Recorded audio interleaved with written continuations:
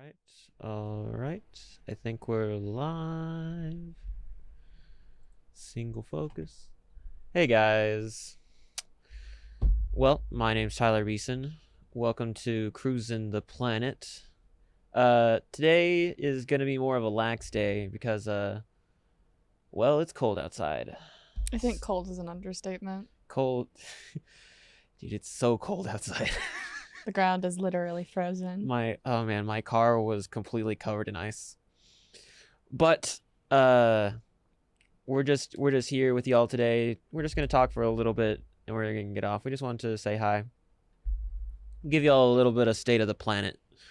Seeing as things are, well, have been going downhill with the weather and all that kind of stuff. Though, I think according to next week it'll be like what, 70? For like one day, and then it drops back down to 50. Oh gosh. Still though, unnatural weather habits. Oh, for sure. Unnatural. But that's us. That's me. It's it. What's been going on in your life, Kelly? That's a loaded question, isn't it? It's always a loaded question. It's always a loaded question. You know me. Come on. Nah, let's see. I mean, there's been a couple like interesting things, but nothing really like. I heard you got your game finally. I'm still beefing with GameStop over that. Mentally, not like an actual battle. I would fight GameStop if I could, though. Send them I a did. strongly worded letter. You didn't make enough tarot cards. You know what sucks is I actually found the place where they're used in the game, and they're so cool. They're so cool. I want them so badly. I'm this close to just buying them on eBay for like $50. Hold on. The tarot card deck on the real physical tarot card deck is only $50. Only? Okay, look.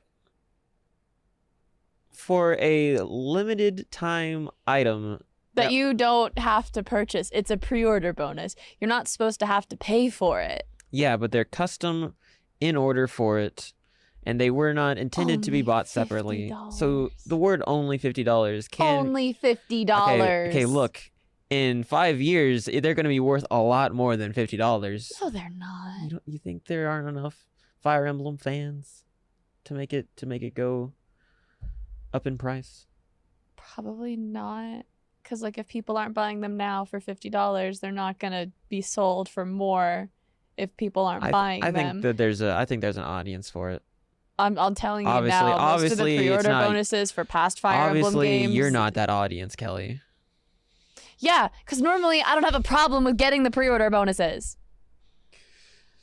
I have gotten the pins. I have gotten keychains. I have gotten fancy little character cards. But no tarot cards for you, But Kelly. No tarot cards for me.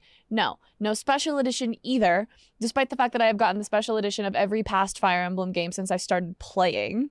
So why not this time? It just didn't come in, or GameStop completely oversold the special edition of this game, and like hundreds of people just are getting downgraded to the regular edition. It's insane. They obviously handled this release very poorly. Yes, they did not think that Fire Emblem was that popular a brand, and now they're wrong. Okay, and here's my issue with that is because like Fire Emblem is one of Nintendo's biggest franchises, especially overseas in Japan. It's a huge franchise, and it never picked up the same amount of steam here until 3-4 years ago when Three Houses released. It is the best-selling Fire Emblem game to date. It brought so many people into being fans of the franchise, and you can see that reflected in the mobile game. Has like the player base has expanded greatly since Three Houses came out. So like, yeah, they should have expected a little bit more for all of this because of the reach that Three Houses brought to Fire Emblem in a Western audience. Yeah. I'm trying to think of what to say here. It's really a big shame whenever things that are such a big deal in other places come over here and they just don't receive the same kind of recognition. The same thing kind of happened with One Piece in that it's huge. It's fundamental. I mean, not fundamental. It's phenomenal. It actually currently has outsold some of the biggest comic book names. I think it outsold Batman, if I'm correct.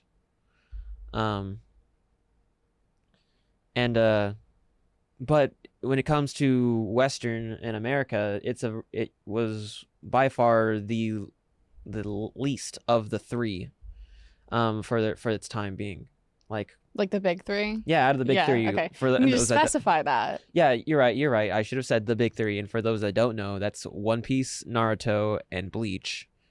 Yes, Bleach. I mean, that is who they are. I know. They're not my big three. Well, yeah, but that's a personal big three, and you can have that. But canonically,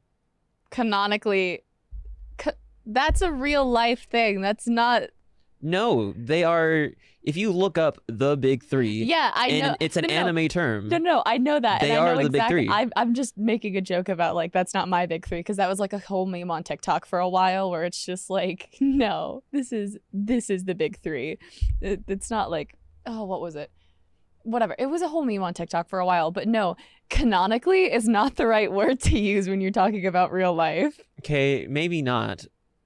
But I think, seeing as we're talking about manga and anime, I think I can use this word. I think you're just covering up for a Freudian slip. I think you might be right, but I don't care.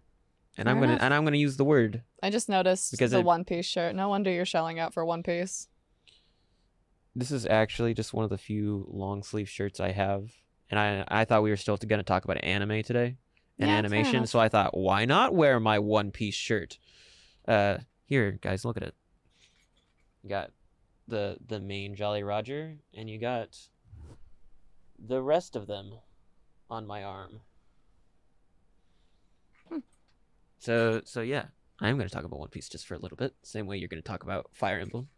But I could talk more about Fire Emblem than you could about One Piece. Probably, but your memory is a little bit better than mine. Fair enough. I store every stupid little detail in here. Yeah. This is a trap, but only for things that I care about. But for only Fire Emblem and anime. Yeah. You know what? You got me there. No, but I don't know. I find it a criminal shame that One Piece, as big as it has gotten, still hasn't quite gotten the acclaim it deserves. And I understand that obviously it's gotten a little too big for its britches now. The barrier to entry for One Piece at this point is going to bar so many people from ever watching or reading it. It is a anime that requires dedication to even start, because you want to finish the East Blue arc before fully making your judgment. And the problem is with that is that that's 52 episodes, and that's a lot. That's a whole anime. That's almost 2 anime, actually. But it's about the same as Full Metal Alchemist. I understand. Every time you talk about One Piece, it's just... It's the storytelling devices that are used. It's the fact that the main character in the East Blue arc, who... Okay, I was thinking about this the other day. Who do you think is the most important character in the East Blue arc? I would guess... And this is the first. I don't know any of their names. I don't know any of their names. I would guess it's the guy with the red vest and the straw hat, or the green-haired guy that everybody is absolutely just down bad for on Tumblr. Okay, that is a good answer. That is Luffy. Luffy is the main character of the show. However, for the East Blue arc, which encompasses the very first episode to like episode 50, I would not say that those two are the most important character, despite this being the very introduction to the show. Yeah, those are the only two I know. That's fine. I would personally argue that it's Nami, who is... We don't even know her name until like episode 3. But we see her in like the background, and we see her stealing things from other people. And slowly but surely into the show, we learn a little bit more about her, what her motivations are, and why she does the things she do. And by the end of the East Blue arc, we know this character a lot better, and the crew is able to work together to it's hard to put it in good words. I don't know how I would best describe it, but it drives an emotional point because the story has taken its time to get to know this character. That has taken all this time to get to know this character. That when these characters are willing to do this thing for this person that they think that what seems like these characters have very little attachment to her, they're just willing to throw down their lives for them because they believe that they're friends. And it is after that arc that I think is the best time to make is this the anime? Is this something that I want to commit more time to? I don't know. Because if that 52 episodes is still a huge commitment. It is a big commitment, but it's a lot less of a commitment than the entire anime. I mean, yeah, but like I could watch things that I know that I'll enjoy. Have you watched Full Metal Alchemist? No. Really? Not either one of them? Mm-mm. That I just never got around to it. That is a shame. Full Metal The Alchemist. soundtracks are really good. Okay, yeah, they are really nice. But that's supposed to be like a cornerstone for anime people. I've never been traditional with that. And okay, that's fine. That's fine. I like what I like. I don't really care about what's popular. That's your preference. You're allowed to be like that.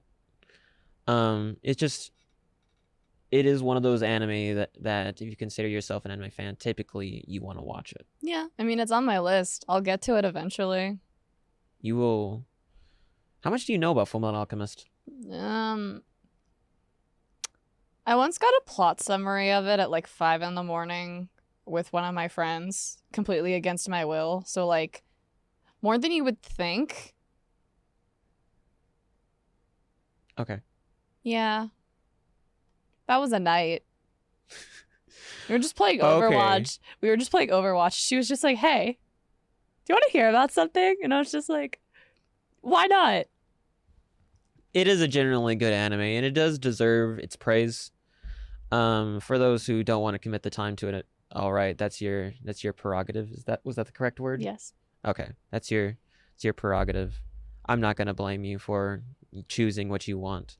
I personally, it was one of the first anime that I decided to look into whenever I decided that I wanted to look more into this medium. And I even started with the original versus Brotherhood. Here's my thing is like when you're talking about long form things like that, because the longest anime that I've watched was almost 200 episodes. Mm-hmm. It was a baseball anime, and it was very good. It's one of my favorite things ever. I'm patiently waiting for season 4 to come out because the manga series finished I think last November or December. It's one of my favorite ones of all time, but I'll admit it took me an entire summer to get through it because it just, when you're talking about like things that are that long, it just drags in certain places. That is the nature of it. Okay. Like when you're talking about super long form content like that, it's you can't avoid it dragging in some places. Yeah, I can't deny that either.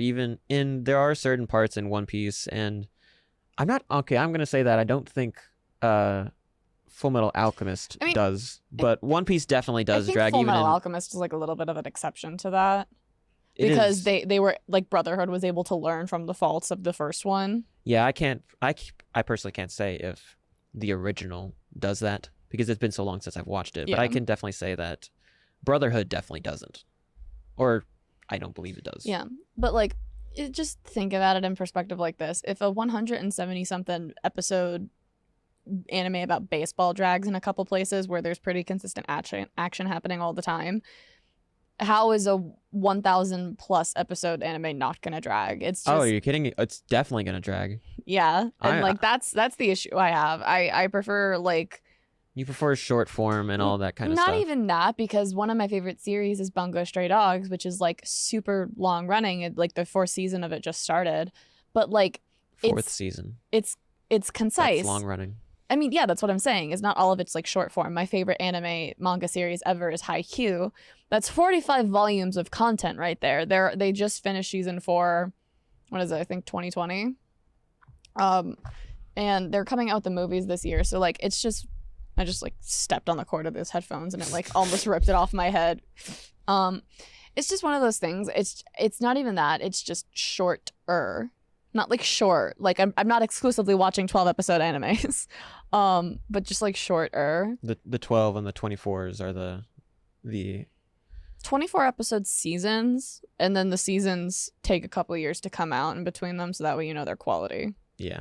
That's my preferred thing. I'm looking at you, Jujutsu Kaisen. Yeah, that's a good one. I don't know. I think that certain stories are gonna, because I don't know if there's a good way to put this. For all its faults, and One Piece does have a lot of them, it does drag. I think it does a good job of not dragging a lot, especially not at the beginning. There are parts that do drag, but normally the payout is worth the wait. And for a story like One Piece, which does a lot of, hey, remember this thing that happened before? It's coming back later. It does a lot of that. So, like, if you ever watch something like Durarara or a certain scientific railgun, something like that. Yeah. One Piece does that in a very interesting way. It does its own kind of form fashion. Yeah. I'm also just like incredibly picky about the things that I do, like watch and read. It's weird. It's a whole thing, but we all have our own taste. I'm not gonna. I will say One Piece to me is kind of like Star Wars in the sense that I can be a very spiteful person, and there are some things that I will refuse to do out of spite. And Star Wars is one of those things, because every time you kind of make a mention where it's just like, oh, I don't know what that is, or oh, I've never seen it, just like some really just like innocuous, like whatever. Most of the time people's reaction is going to be like, oh my God, you have to come over to my place. We'll binge all of them at once. And it makes me hate it. It does. And every time I get a reaction like that, when I mention that I've never watched Star Wars, it just adds another like... Star Wars and Lord of the Rings, right? No, I've seen Lord of the Rings. I like Lord of the Rings. Well, Lord of the Rings, but I just mean that like those two kind of go in the same vein of, if you consider yourself a nerd and you haven't seen these movies, you're gonna watch these now. Yeah, I find Lord of the Rings people less like that, but like, yeah, every time someone has that kind of reaction, is a bit longer, so I guess there's a bit more understanding. Every time someone has that kind of reaction when I talk about Star Wars like that, it just adds on another like year that I'm just never gonna watch Star Wars. One Piece is very similar to me like that, because like I'll mention that I like manga or anime or something like that, and people are just like, oh my God, have you seen One Piece? And then like adamantly try to convince me to watch it and why it's the peak of like whatever, and I'm just like, okay, well that's another like... I'm not gonna say it's peak. What I am gonna say is that it does deserve its claim. It deserves its recognition, sure, yeah, but like it is what it is for a reason. It has very good storytelling, yeah, and though some of it is definitely childlike, it has done a very well job of growing with its audience. That's good, at least. That's actually an admirable thing to do, like as an author or a mangaka. Yeah, because like we got to remember that this show literally came out when I was born. That makes it that definitely makes it older than you. That makes it a little older than me. That's 24 years today. Oh, happy birthday, by the way. Thank you. But oh gosh, where was I? But so that's a big time difference from something that was intended for like young male audiences. That's like 10, I guess, to now this generation is 30.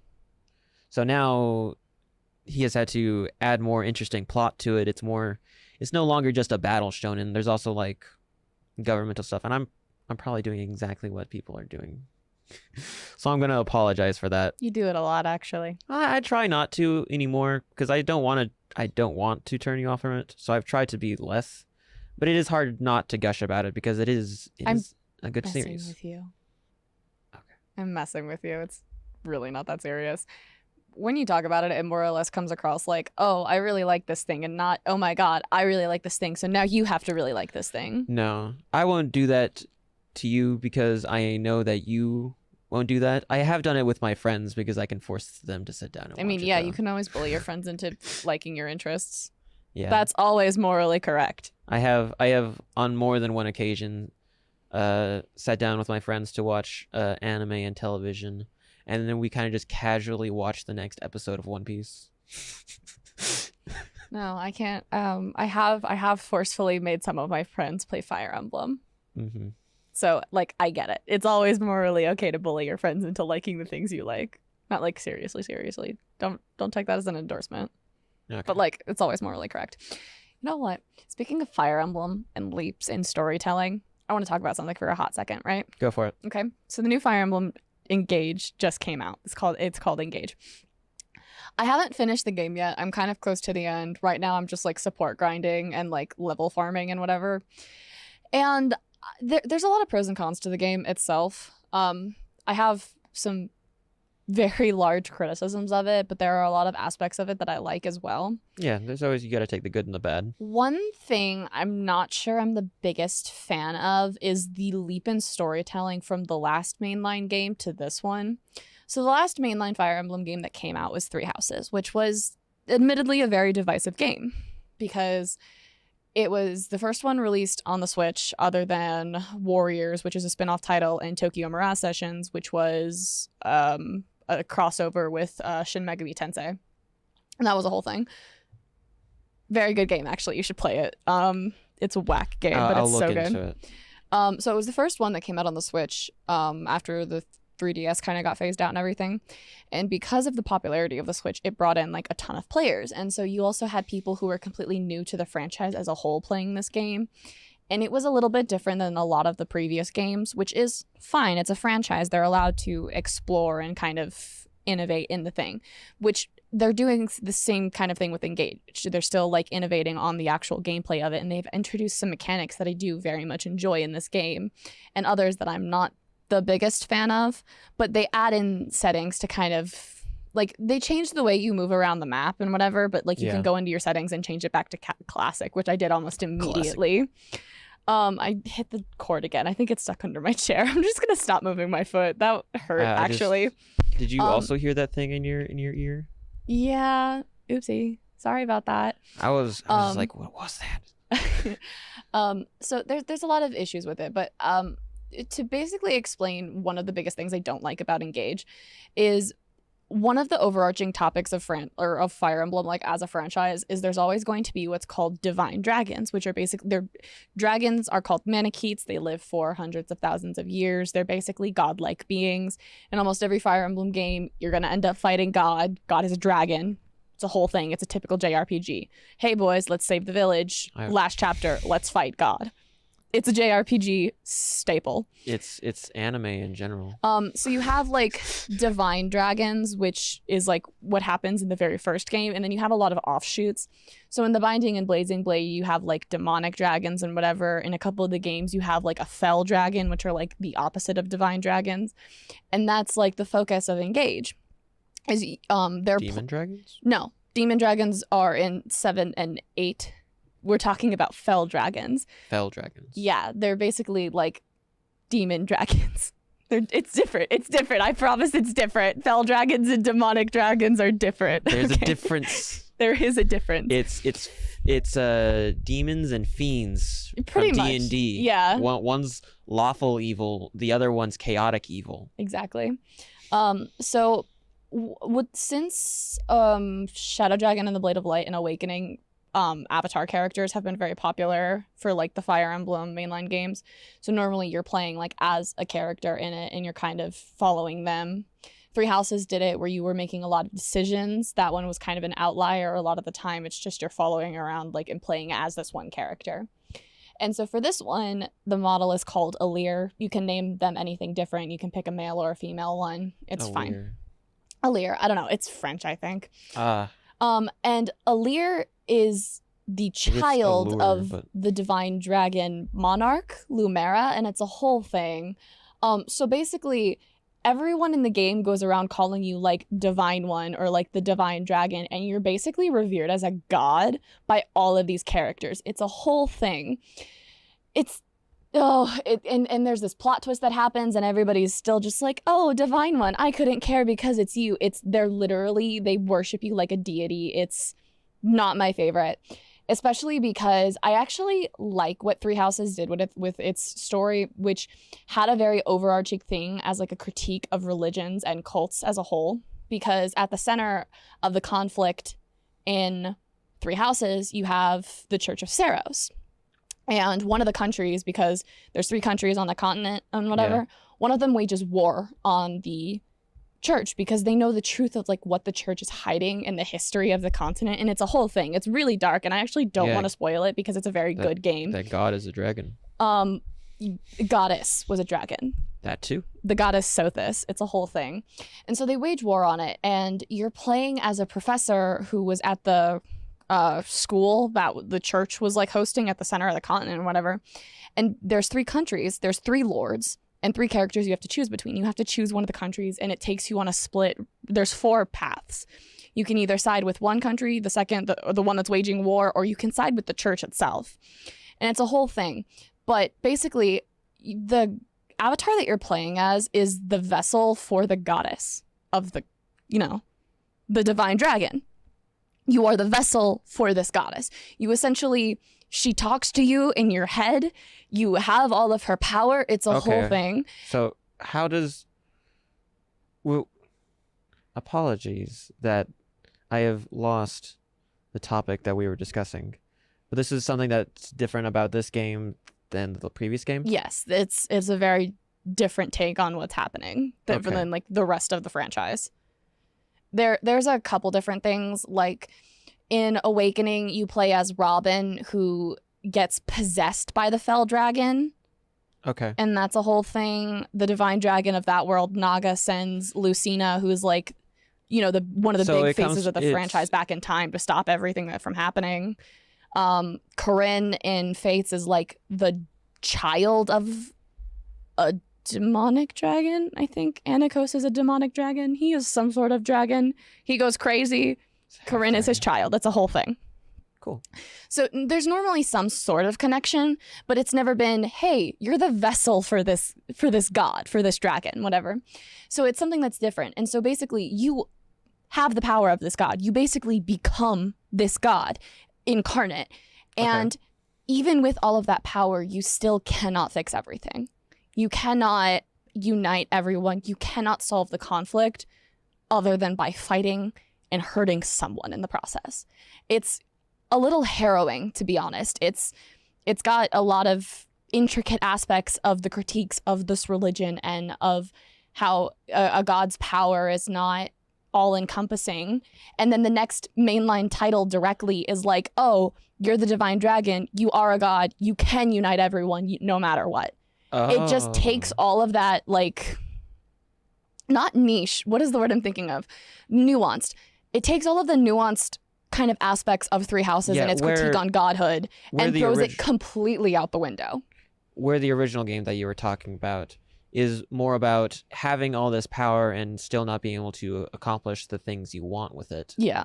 This new one goes ahead and tells you that you can do whatever you want. You are this thing. You are the high and mighty, and you can have whatever you want with it, and with no consequences. Yeah, pretty much. Which is a big slap in the face for people that really enjoy the intricate storytelling of something. And I'll be the first to admit, Three Houses was not perfect, and it had a lot of issues with its writing. But the nuances of that aspect of it specifically were good, and it just feels like taking one step forward, 5 steps back, going from Three Houses to Engage. Despite the fact that I do like Engage's gameplay so much more than Three Houses. It's actually like a really fun game to play. I'm like 50 hours in. And we're talking about the new one, right? Yeah.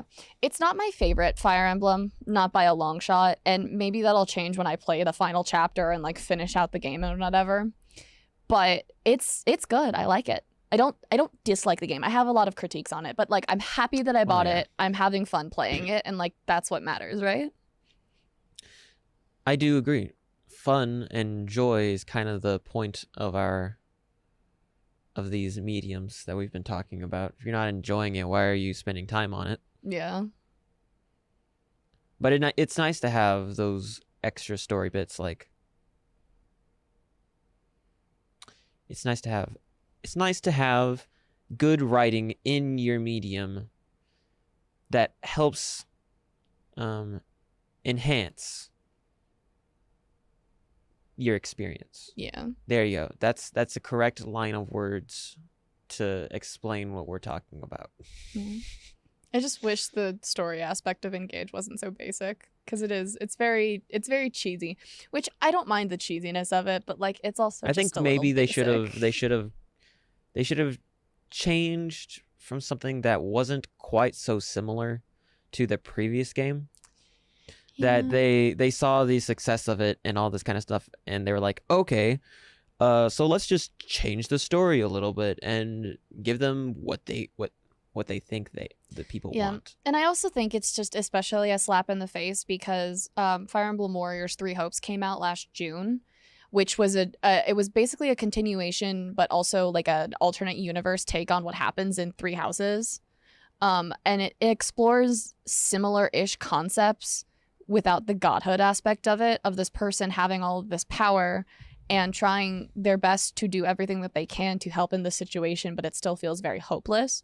Yes. Which is ironic for a game called Three Hopes. I just like pointing that out. Well, you only got 3 of them. And Three Hopes, it's a Warriors, so it's like a Dynasty Warriors, like hack and slash. It's not like at all like a Fire Emblem game. Which but is it has traditionally turn-based, if I'm correct, right? Yeah, turn-based, grid. It's virtual chess, basically. Advanced chess. Let's go. And I will say, I think Three Hopes, has like I like it. I like the story of Three Hopes more than I like the story of Three Houses, which feels controversial to say because the story of Three Hopes is not finished. Basically, they make the protagonist of Three Houses like one of the antagonists of Three Hopes, and they don't want to portray them in too bad of a light. So a lot of the roots in Three Hopes just end up kind of half finished because they didn't know how to end it without making the protagonist of Three Houses look bad. Well, they could have done the whole hero turned villain in a way. You know, that's always They're not even really a hero. They were a mercenary. Okay, It's not anti-hero turned villain. How's that? But so there's that, but Engage was supposed to be for the 30th anniversary. It's why you have all of the lords from the past games appearing as gameplay mechanics. It was supposed to be an anniversary celebration, but COVID had it delayed until 2023. And so it was supposed to come out right after Three Houses, but before Three Hopes came out. And I feel like it would have been better, but you just get 2 games back to back of exploring similar concepts on a critique of power and all that, and then this game is just like, actually, just kidding. It's like, hey, all that stuff we did before, no. Forget about it. Anyways, that's my rant about Fire Emblem. I have more to say, but I feel like getting into nitty-gritty details that nobody knows what I'm talking about might just bore people. We do need to wrap it up. Yeah, it is about that time, guys. Yeah, we're keeping it short today. We are. So, for all those out, we still have music. I believe we're still playing music on the air. On KXTR. We still have the music on KXDR. If you have DJ training and you're watching, which you probably aren't, training will probably be on hold until Monday. Yeah. But want to thank y'all for showing up today for this shorter stream than normal. Just Kelly and I. Random might not actually be here next week. It might just be me next week. It might just be. In which case, you're all subjected to only Fire Emblem for a straight hour. Oh no, we're gonna have to just not be here for that. But anyways, thank y'all for showing up for today, and appreciate y'all being here and listening to our State of the Planet, and ramblings of why doesn't anime and games have better audiences in Western civilization. Maybe if the merchandise was easier to acquire and you didn't have to pay $30 shipping for one item. Yeah, maybe. All right, guys. We'll see y'all next week, hopefully. And thank y'all for your time. Bye. We don't have music today, unfortunately, so we're just gonna end it here. If I knew how to hum the song, I would. I think it'd be really funny if I did that. Do. That's the wrong song. All right, bye.